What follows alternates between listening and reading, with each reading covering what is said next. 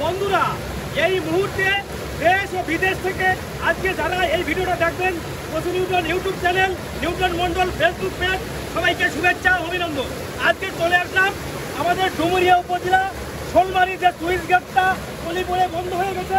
এই বন্ধ হওয়ার পরে বিল ডাকাতিয়ার লক্ষ লক্ষ মানুষ যে প্রতি বছর পানিতে চুপলি খায়, এই চুপলি খাবার হাত থেকে এবারে দুটো সাবমার্সিবল বসাইছে।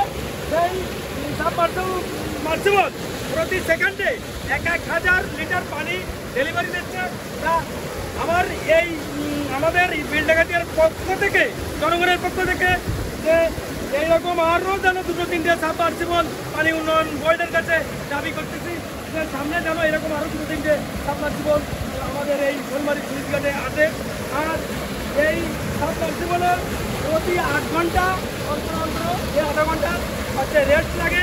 অনেকে বলছে রাত দিন 24 ঘন্টা অটো চলবে, আসলে এটা অটো চলবে না, এটা 8 ঘন্টা অন্তর আধা ঘন্টা রেস্ট দিতে হবে।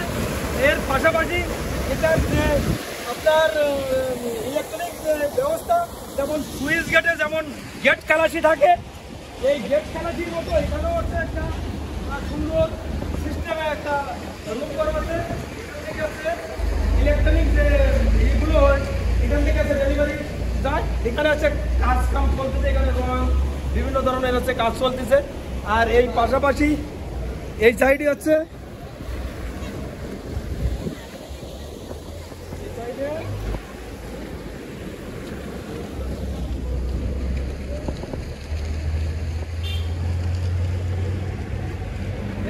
আছে এমন সিস্টেমে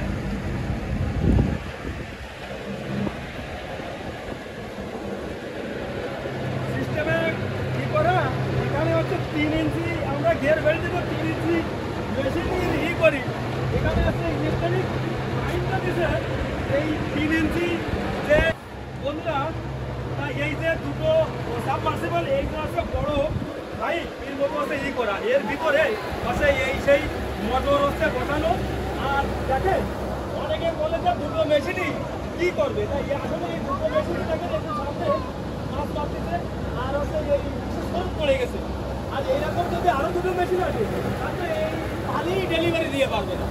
এই যে আমাদের সামনে এই সাইডে ভিতরে যে যেগুলো দুটো খুঁজে গেছে, ওই সামনে পরিষ্কার একটা আর এই উপরে বললেন যে দুটো চালু করতে তাই সড়ক পড়ে গেছে। আর এখানে যদি আরো দুটো তিনটে চালু করে তাহলে পানি ডেলিভারি দিয়ে পারবে না।